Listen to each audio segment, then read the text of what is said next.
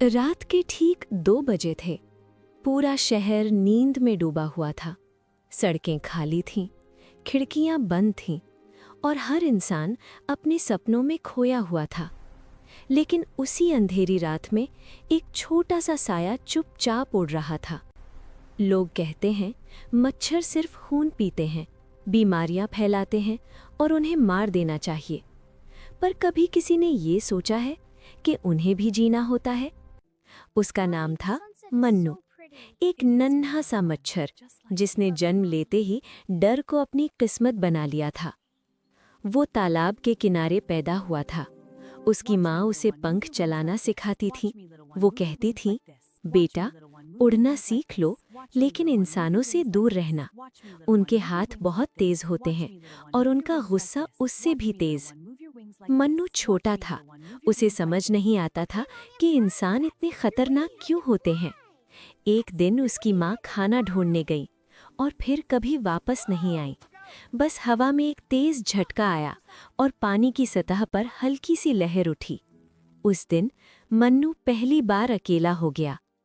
समय बीता, मन्नू बड़ा हुआ। अब उसे खुद जीना सीखना था। हर रात वो शहर की तरफ उड़ता।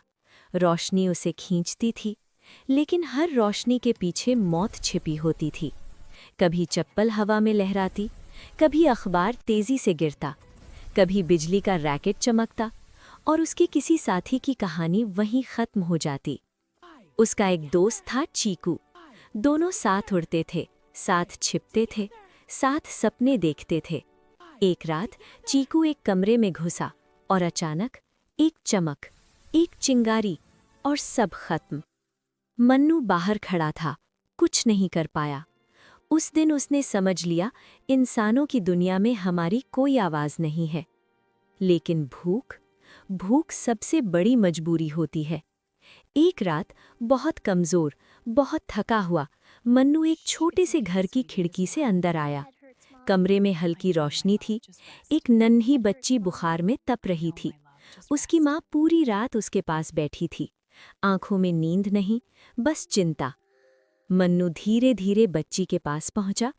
उसे सिर्फ एक बूंद खून चाहिए थी, बस एक बूंद, अपनी जिंदगी बचाने के लिए।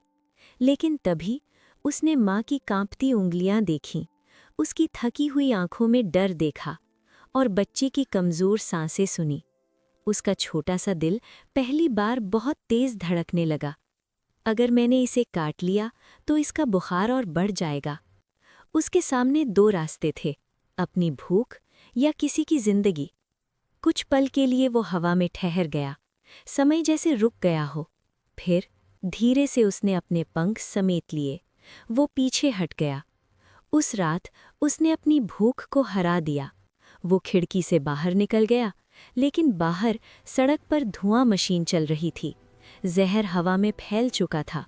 उसके पंख भारी होने लगे, सांसें टूटने लगीं, आंखों के सामने धुंध छाने लगी। वो एक स्ट्रीट लाइट के नीचे आकर बैठ गया। उसे अपनी माँ याद आई, चीकू याद आया और वो बच्ची जो अब माँ की गोद में चैन से सो रही थी। मन्नू हल्का सा मुस्कुराया। शायद आज मैं अलग था। आज मैंने किसी को दर्द नहीं दिया। धुआं और गहरा होता गया, उसकी सांसें धीमी पड़ गईं और फिर रात की खामोशी में उसकी छोटी सी परछाई हमेशा के लिए खो गई। सुबह हुई, वही घर, वही खिड़की। बच्ची का बुखार थोड़ा कम था। माँ ने राहत की सांस ली। उन्हें क्या पता था कि पिछली रात एक छोटे से जीव ने अपनी भूख से बड़ी लड़ाई जीती थी।